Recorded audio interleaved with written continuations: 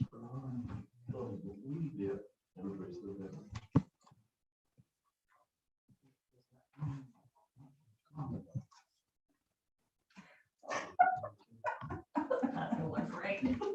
ahead, Steve. We're good.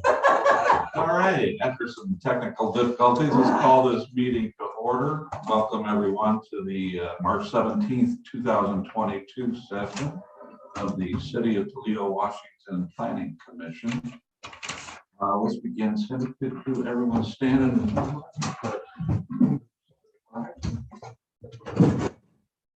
allegiance to the flag of the United States of America and to the republic for which it stands, one nation, under God, indivisible, with liberty and justice for all.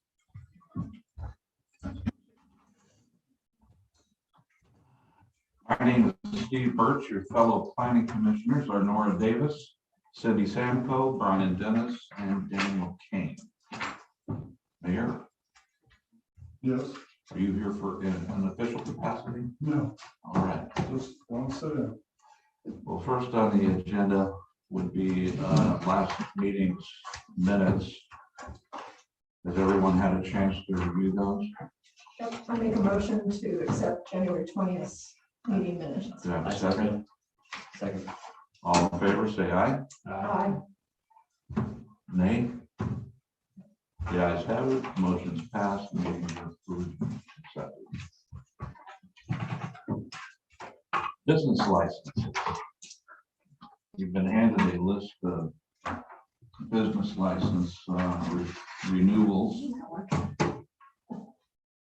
And I know you haven't had a chance to look at some of them, so I'll give you a few moments to do so.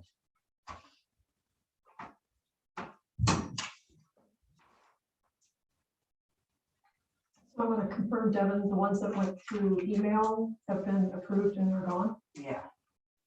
Okay.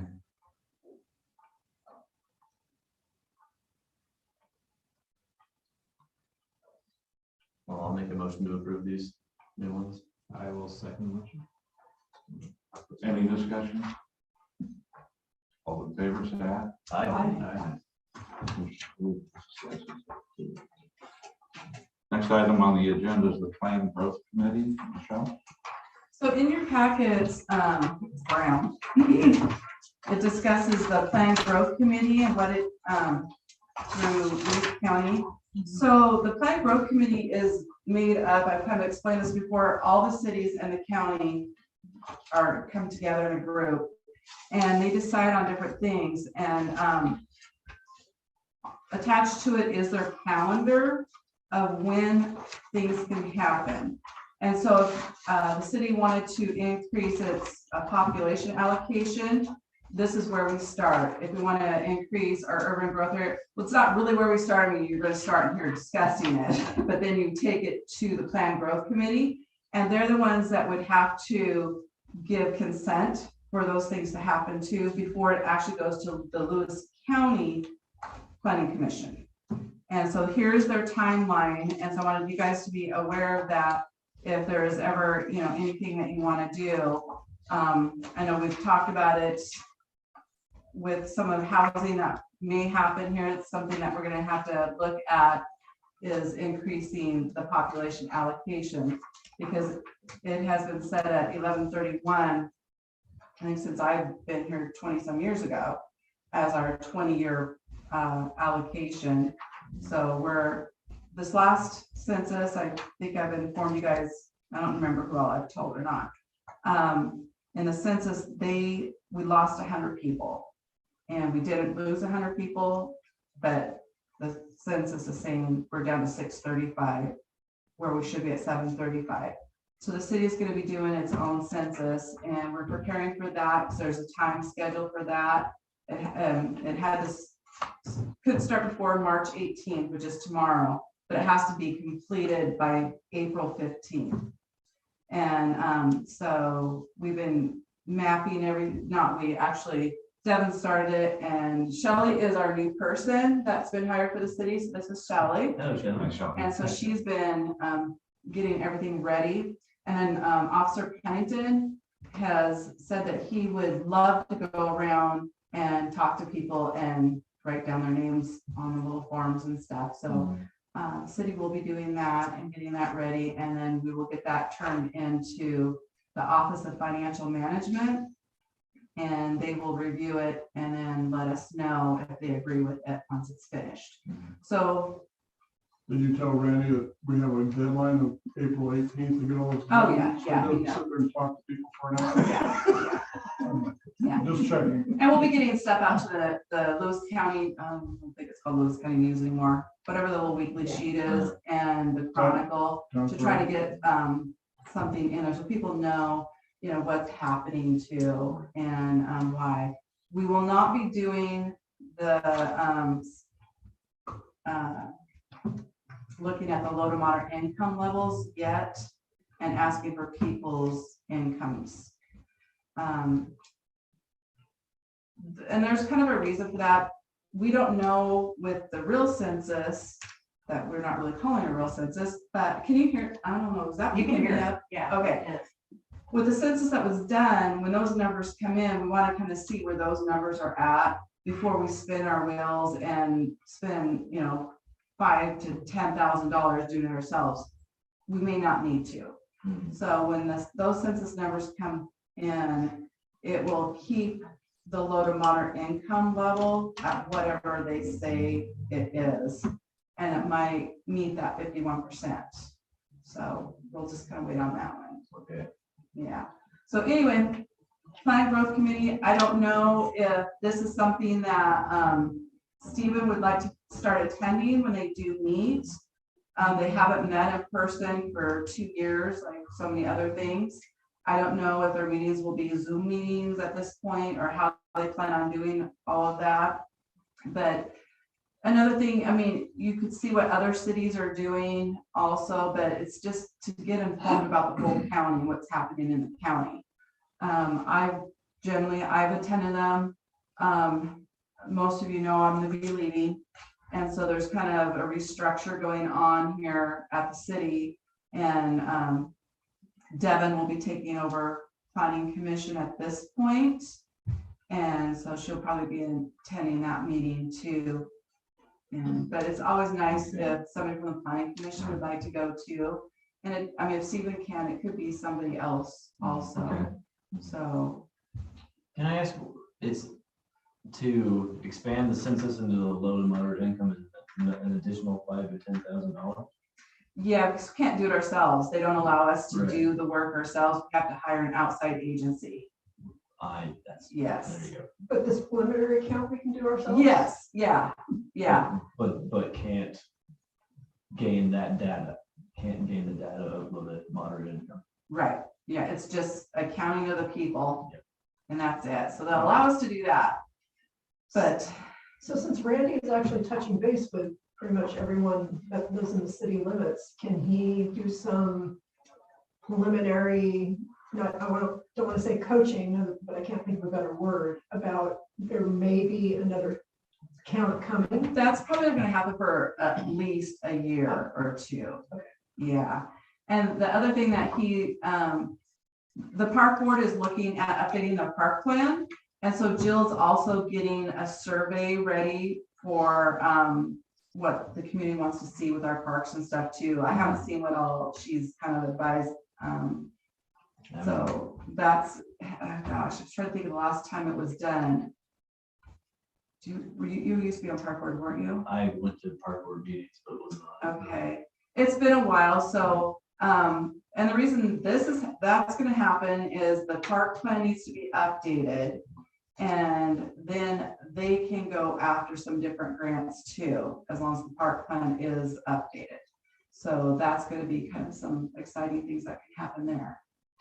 Question with regards to this committee meeting and their dates.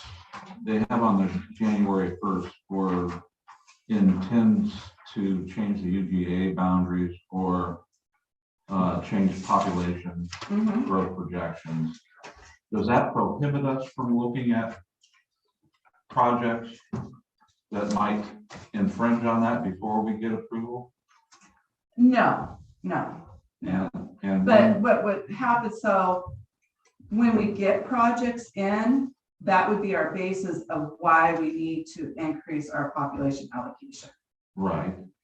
So that would be an after the fact, we would go to the county. I mean, if per se, we have an application for 150 homes. Now, are we going to interpolate what that population change might be? Yes. And let's say we have a married family with 2 kids. So we've got 4 people. So we're going to add 600 people to our population. So when we do this census, we're going to have how many housing there is versus population, and then it gets broken down to, you know, simple math, 2.5 people per household. And so that is the number that you would use until people actually start moving in. And then when that happens, you will do a census of those homes. So not for 10 years, right? Whenever the homes get built, you could do it then, you know, that's when you would do it. Okay, for our internal use?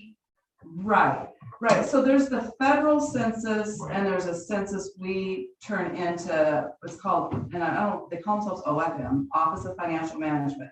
So every year, like, we do it, I mean, we're a small city, so we can do it pretty easily through building permits. So I know if a house has been torn down, a new house has gone up, that type of thing, because we also have to keep track of every manufactured home. I'm not sure why, but it's always been there, so it's something that they've always done. We have to write down how many manufactured homes. And so every year, by this April date, we have to turn something in. Okay. Normally, we wouldn't go door to door. I would just use the building permits to get this information. Or if I use like transient housing, like somebody's living at the park, like our Park Coast, I would add them to this document too, and then get our population figures. So, Okay. yeah, does that help too? I mean, there's a lot of weird stuff that goes on in government. Yeah, there is. I'm going to ask that we maybe take these out of order by one and move to the short plat topic before we get into the preliminary plat on the other subdivision. Thank you too for letting me add that. So we did get the short plat application last week on the 14th, and you know, it's pretty straightforward, and so I just wanted to get it taken care of as quickly as possible. So the all the landowners within 300 feet have been notified, and we have a comment due by the 31st of this month for them. And so kind of put in like a little cheat sheet on all the steps. And so now it's circulated to you guys for comment. So do we need a motion before we can discuss? No, because what happens with this, the city clerk's the one that actually approves or denies. You guys can just comment on it. So if there's some crazy reason, the city clerk is going to take that into consideration. Well, from my standpoint, having gone through it, the application seems pretty complete. And it seems to do what we intended to have happen when we changed the lot sizes, allowing somebody to take 2 lots and make them into 3, tearing down an old building and old structures and bringing something new into the downtown area. From that standpoint, I don't have an issue with it whatsoever. The application does state that the intended use is residential. Have they made any indications to you whether they are going to be the builders or are they selling improved lots? They did not make that indication at this Okay. point. And do we know if it's 3 individual residences? Yes, yeah. So I did contact them on the, because on page 4, it does talk about water and sewer. So they already have a home on lot, it's going to be lot 2. And then they are proposing sewer and water on lots 1 and 3. So we have 2 new hookups for both. Yes, yes. And it does meet all your new criteria. So one of the lots will be 5,252, one will be at 5662, and the smaller at 4513. So. And the lot size was changed to 4,000 square feet. Does anyone have any further comment? No, my question was answered. I don't think we have any objections whatsoever. Okay, thank you. The next we take into consideration the College Meadows Creek plat application.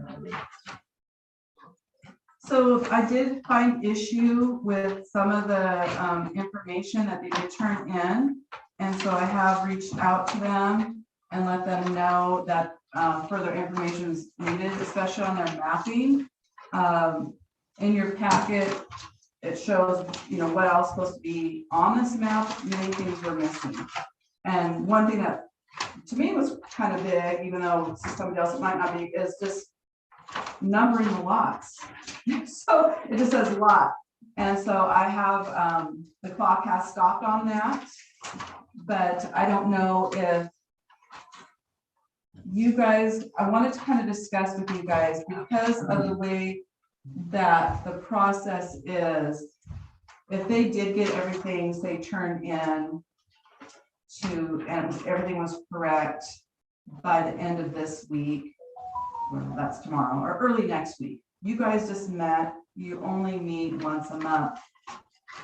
Do you want to try to set a date now for a hearing with them? Or would you like to wait until everything is all turned in and then have a special meeting to discuss when you want to have the hearing? Because there's timeframes that have to be met. Well, one thing that was glaringly absent was their SEPA checklist. Right, they have not turned that in yet either. Right, and I'm going to be somewhat surprised if with the bank, the top and bottom of bank as they are, that there's not going to be an EIR requested.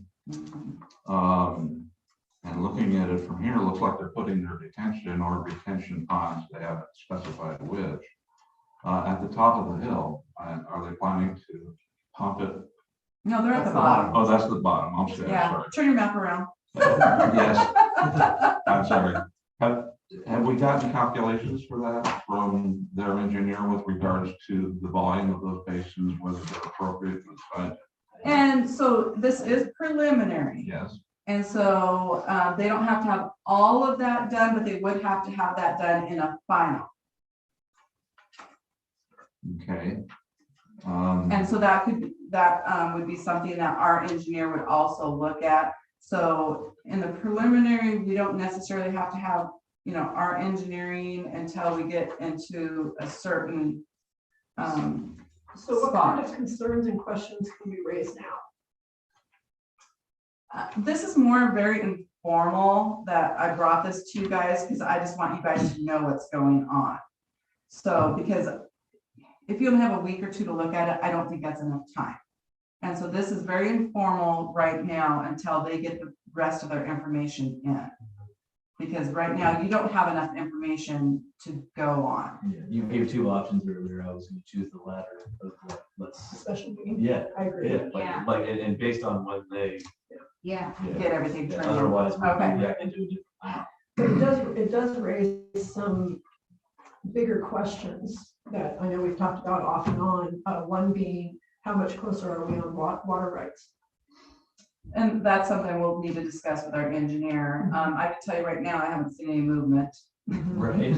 And Michelle, I'm sorry, go ahead. and the current well stress test, has that happened? No, and that's why I haven't seen any movement. Yeah, my understanding originally, I think last meeting, maybe it was that you had mentioned you thought that there were like 51 allocations still outstanding.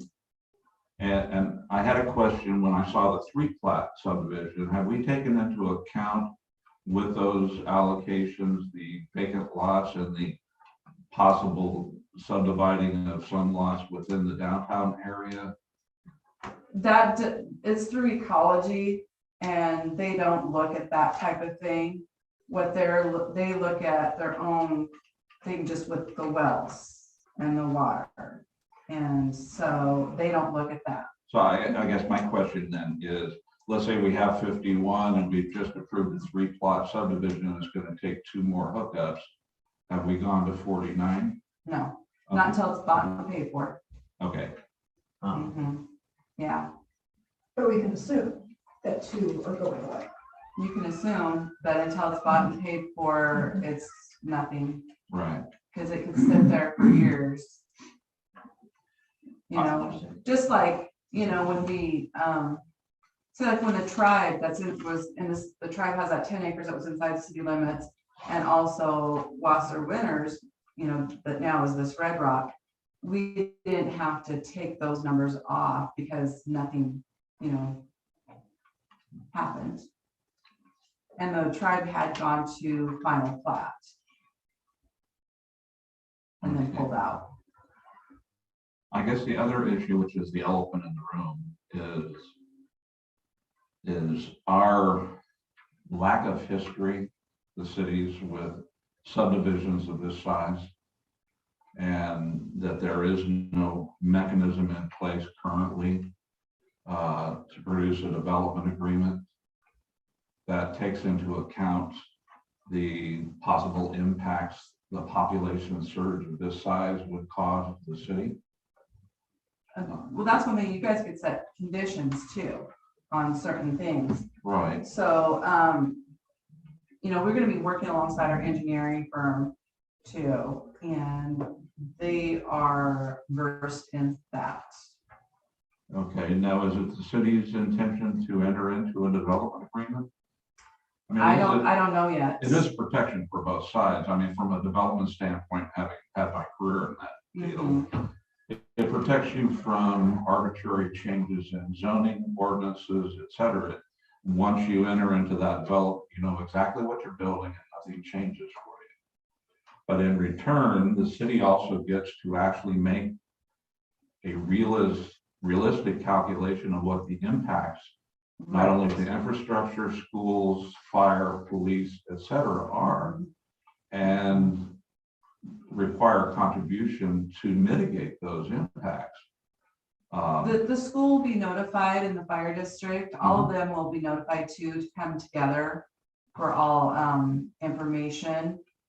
And if they don't come to the table, it would be difficult to do some of those things. I think they're going to be at the table. So, and that, until you get that information from them and they see what's happening, it's kind of hard to do anything. Yeah, I've asked for Chris Russ to call me and I got some information from the district with regards to what their populations are.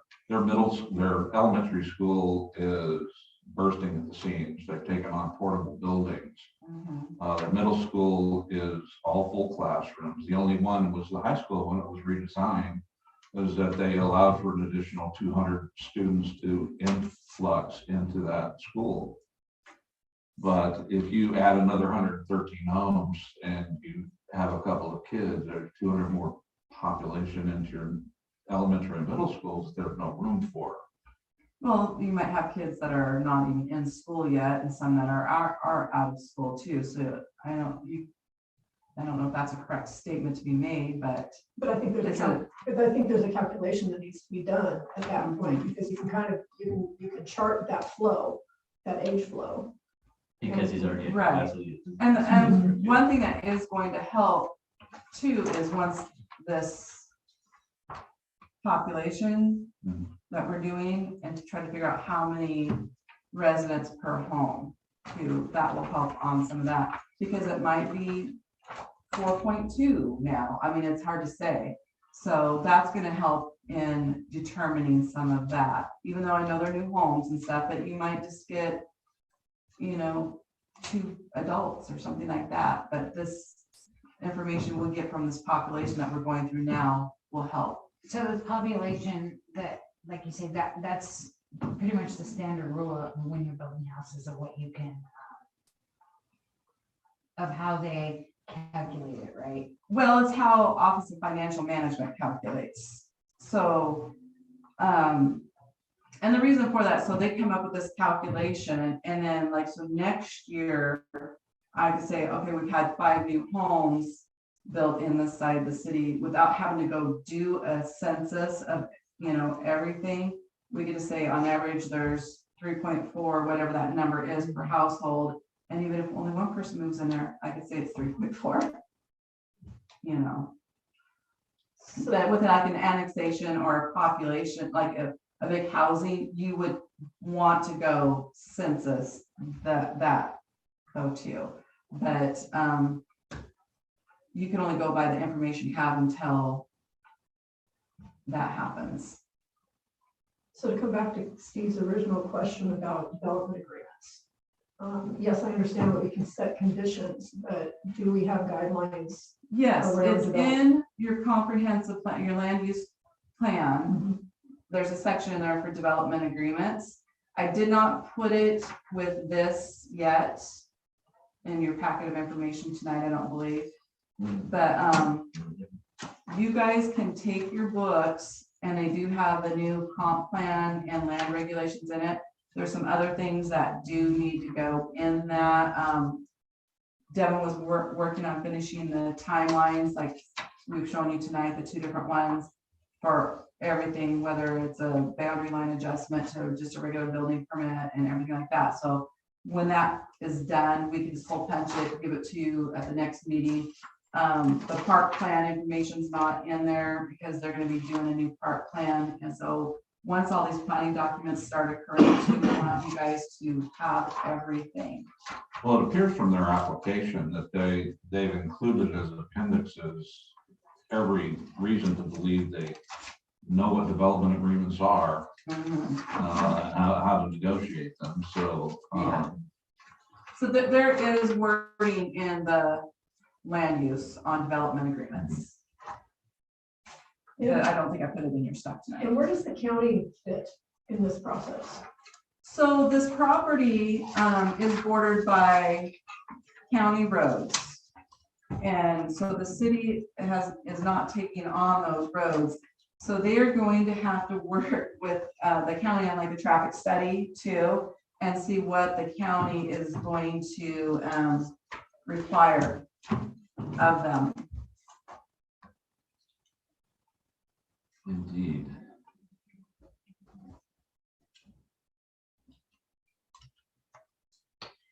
And then any sort of geological is coming from our engineers? They will have to probably hire the geological experts dependent on what the SEPA says. So once they turn the SEPA application in, then we'll be able to figure out how correct it is and what else is needed. And the SEPA application is part of this pre-application Yes. process? Yes. So really the clock hasn't started ticking because of that? No. Right, and that's what I let them know too. Right. That they had to have their SEPA done, and there were several things. And quite typically, they should have had on board a soils engineer already working for them that would provide a report with regards to existing situation. The slope kind of concerns me. Just looking at the GIS mapping, you could see some red flags. Some red flags. And their narrative is not correct either. I found some issues with their narrative. I mean, it states that the property is located in the urban growth area. It's inside the city limits and stuff like that. So their narrative, I kind of pointed out a couple things on that too. That was incorrect. From the standpoint of actual building, if we make it through this process, they really are stuck in the mud until we have water and sewer delivered. Is that correct? Correct. Yes. Which Yeah. Over a month ago, we were at 60% design, and I have not contacted our engineer in the last couple weeks to see what the mayor did have something on his desk, but I don't see it now. Kind of like their timeline, time frame for everything. So they should be further along. And I did give the engineer for Red Rock, the information on where we were at with that, so they're well aware of where we're at. Is there any timetable given from the engineer as of yet with regard to construction time? From Well, our I can engineer, see this being a 3-month to 4-month project. from our, no, I don't have any of that information from our engineer, no. Getting in sewer first and then getting in water out. It would probably all be built at the same time, the lines. Yeah. On which side of this? It's not that wide of a road, and Yes, sewer's gonna it be is for deep, that. and water's not gonna be that deep, and unless they do it on opposite sides of the roads, they're gonna do one backfill and then do the water. No. So they've got that figured out.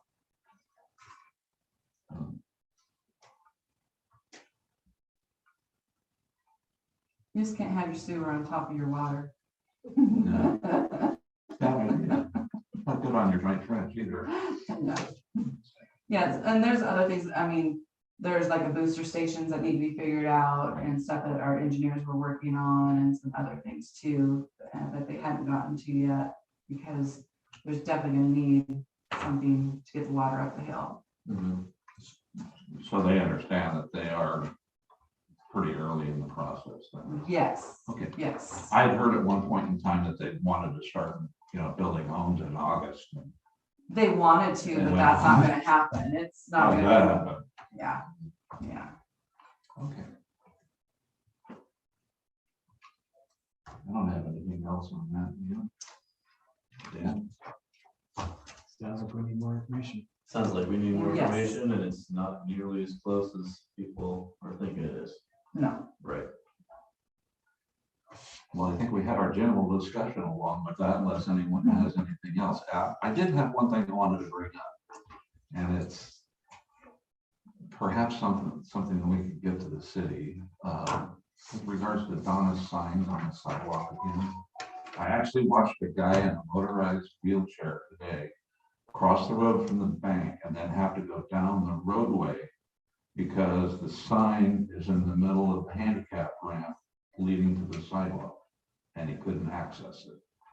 So if somebody has a friendly word with her and asks her to please move her signs, it would be nice. yes.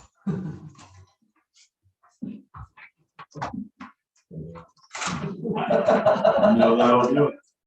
Anything from the folks out here? So, I mean, you guys are gonna have a busy year, it Yeah. sounds like, and, so it's kind of exciting to see, some movement happening finally too.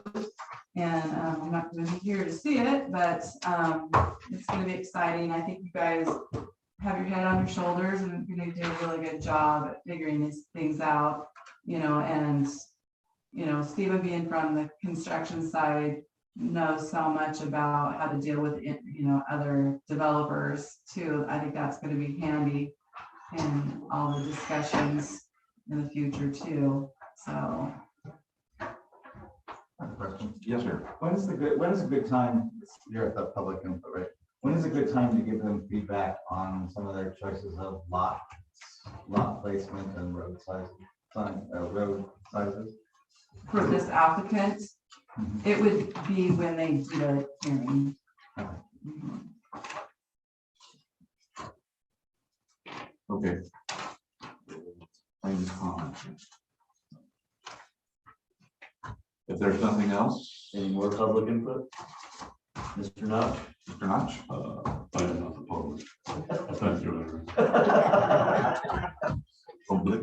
And as you can see, this goes to the planning commission, but then planning commission makes recommendations to the council. Right.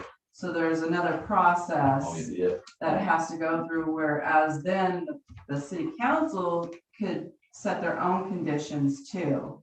Mhm. So, Well, yeah, typically a development agreement is negotiated with the planning commission as participants, but the final say so is the city council. yes.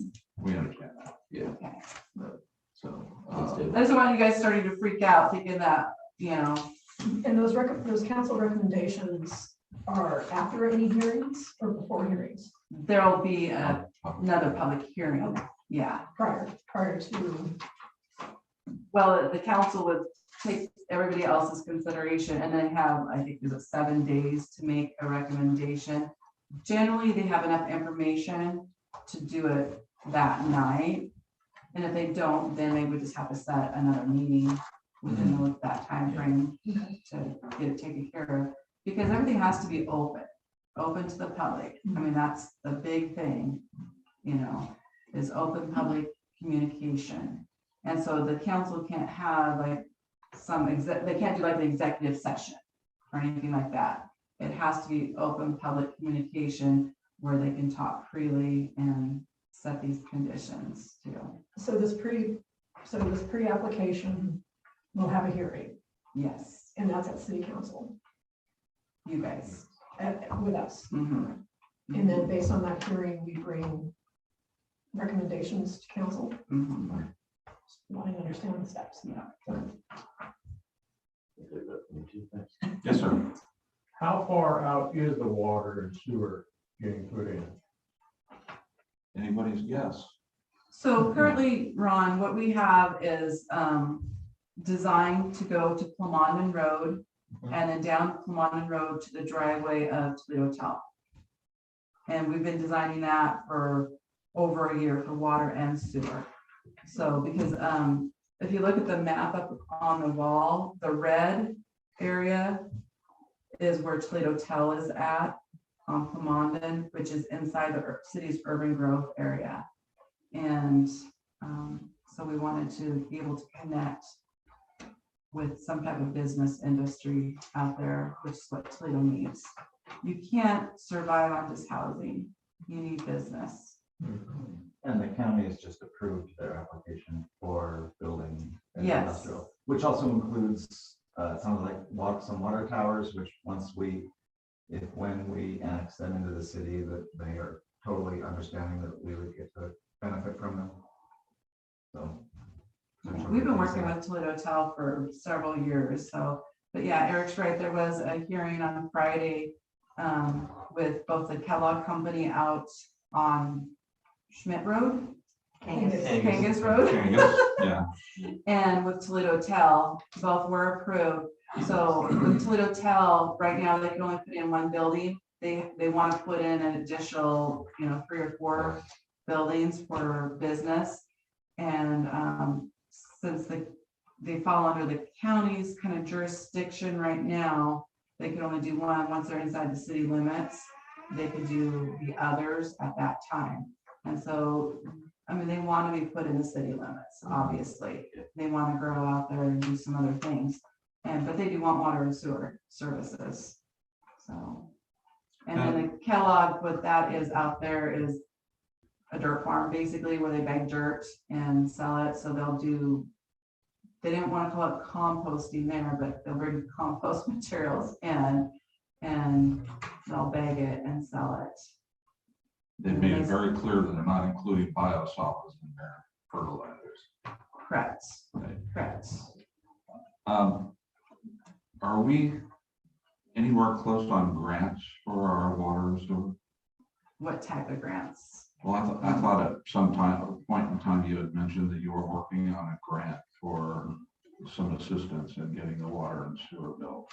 Not until I can get design done and know the cost. Okay, Yeah, it's kind of when you do a grant, you have to have all that information so in the it's, grant application. So I don't have any of that yet. So no.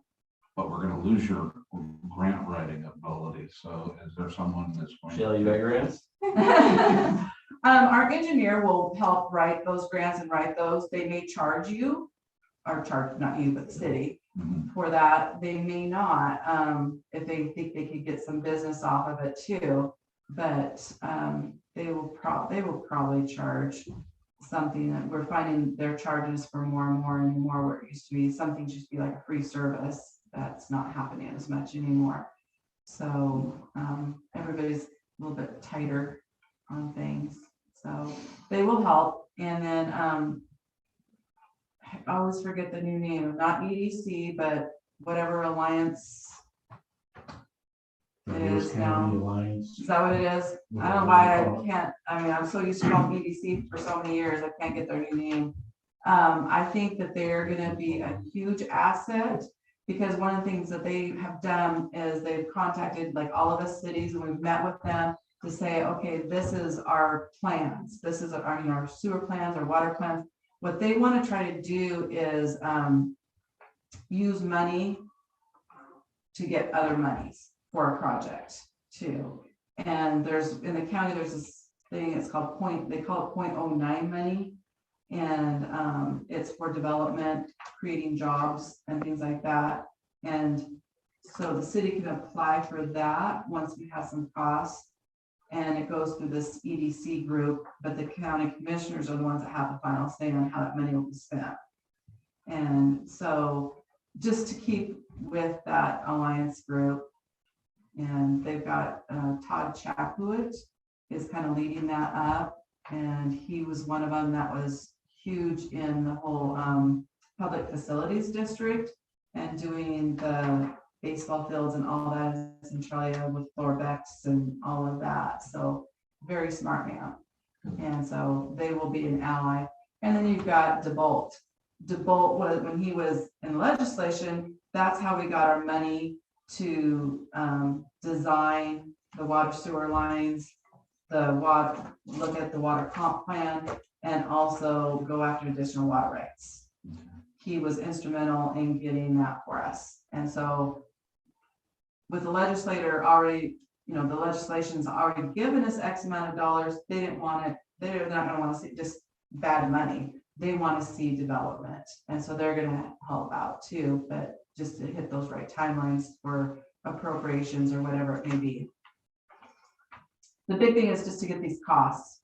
Once these costs, then yeah, you can start doing all kinds of stuff. Most of that's going to be built by the developer anyway, more than likely. And it could be this Red Rock group and Toledo Tel and somebody else, or it could be, you know, a combination of some 0.09 money and state money and these developers. So the city shouldn't have to put in dollars at all towards this project.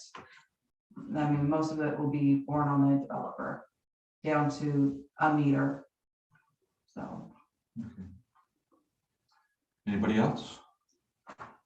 Very informative, thank you.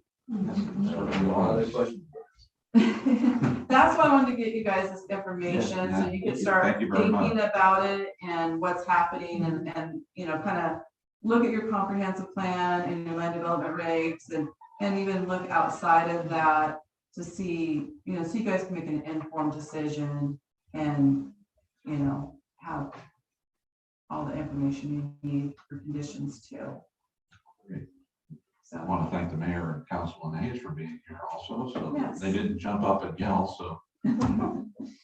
We're the ones that get yelled at. So it's good to sit out here. If there's nothing else, then I would entertain a motion to close the meeting. I make a motion to adjourn the meeting. Do I have a second? Second. All in favor? Aye. Motion's approved. Thank you guys for being so patient with us. Right.